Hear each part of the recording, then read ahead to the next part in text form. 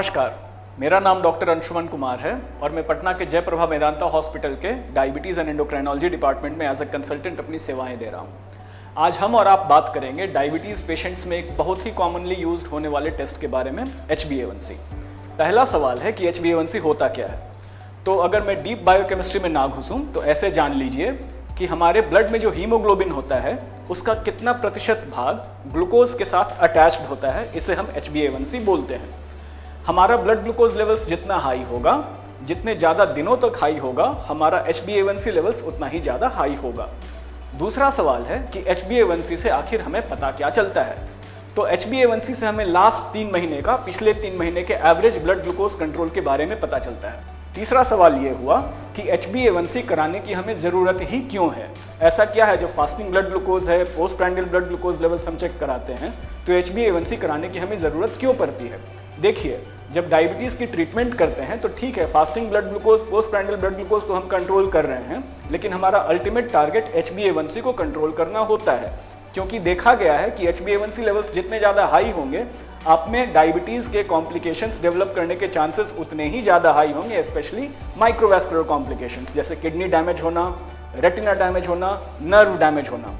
खासकर pregnant ladies में जिनमें HbA1c हाई होता है, उनमें अबॉर्शन के चांसेस अधिक होते हैं, और जो बच्चे पैदा होते हैं उनमें तरह तरह के डिफेक्ट्स होना, जैसे heart related defects, kidney related defects, neural tube defects होने के चांसेस बहुत अधिक रहते हैं। इसीलिए हम हर बार कोशिश करते हैं कि अपने पेशेंट्स में HbA1c को कम करके रखा जाए। चौथा सवाल ये है कि HbA1c टेस्ट हम कब करा सकते हैं। तो जब आपका डायबिटीज़ डायग्नोसिस पहली बार हो रहा हो, उस समय तो डेफिनेटली HbA1c करवाना चाहिए, और जो पेशेंट डायबिटीज़ के हैं और जिनकी इलाज चल रही है, उनमें हम HbA1c हर 3 महीने पे कराते रहना चाहिए। अगला सवाल यह है कि HbA1c का ब्लड लेवल कितना होता है। नॉर्मल आदमियों में HbA1c 5.7% से कम होता है। डायबिटिक पेशेंट्स में HbA1c 6.5% या उससे अधिक होता है। जिन आदमियों में HbA1c का लेवल 5.7 से 6.4% के बीच में होता है, उन्हें हम प्री डायबिटिक कैटेगरी में रखते हैं। अगला सवाल फिर ये आता है कि डायबिटीज़ पेशेंट्स में हमें HbA1c लेवल कितना मेंटेन करके रखना चाहिए। तो आम तौर पे डायबिटिक पेशेंट्स में हम ये कोशिश करते हैं कि HbA1c का लेवल 7% से कम, 7% से कम मेंटेन करके रख सकें। इसे हम गुड ग्लूकोज कंट्रोल कहते हैं। लेकिन इसके कुछ वेरिएशंस हैं, जैसे अगर कोई पेशेंट बहुत बूढ़े हों, जिनकी लाइफ एक्सपेक्टेंसी कम हो, या जिनमें हाइपोग्लाइसीमिया बार बार हो रहा हो, तो हम उनमें हायर HbA1c लेवल रखने की कोशिश करेंगे, जैसे 8 से 8.5 के बीच में रखने की हम कोशिश कर सकते हैं।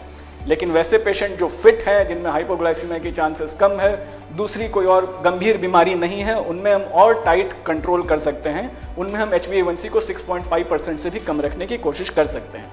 अब लास्ट सवाल ये है कि क्या कुछ ऐसे कंडीशंस हैं जिनमें HbA1c की यूजफुलनेस थोड़ी कम हो जाती है।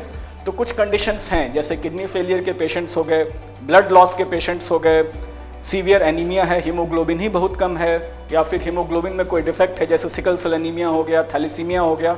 इन पेशेंट्स में HbA1c को एसेस करते समय थोड़ा ध्यान देने की ज़रूरत है।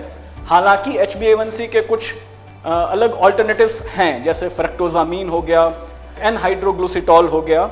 इनको अभी मार्केट में आए हुए काफ़ी टाइम हो गया है, मगर वो HbA1c जितने वैलिडेटेड अभी तक नहीं हैं। तो ये थी HbA1c के बारे में कुछ जानकारियाँ। उम्मीद करता हूँ आप लोगों को कुछ नया जानने का मौका मिला होगा। धन्यवाद।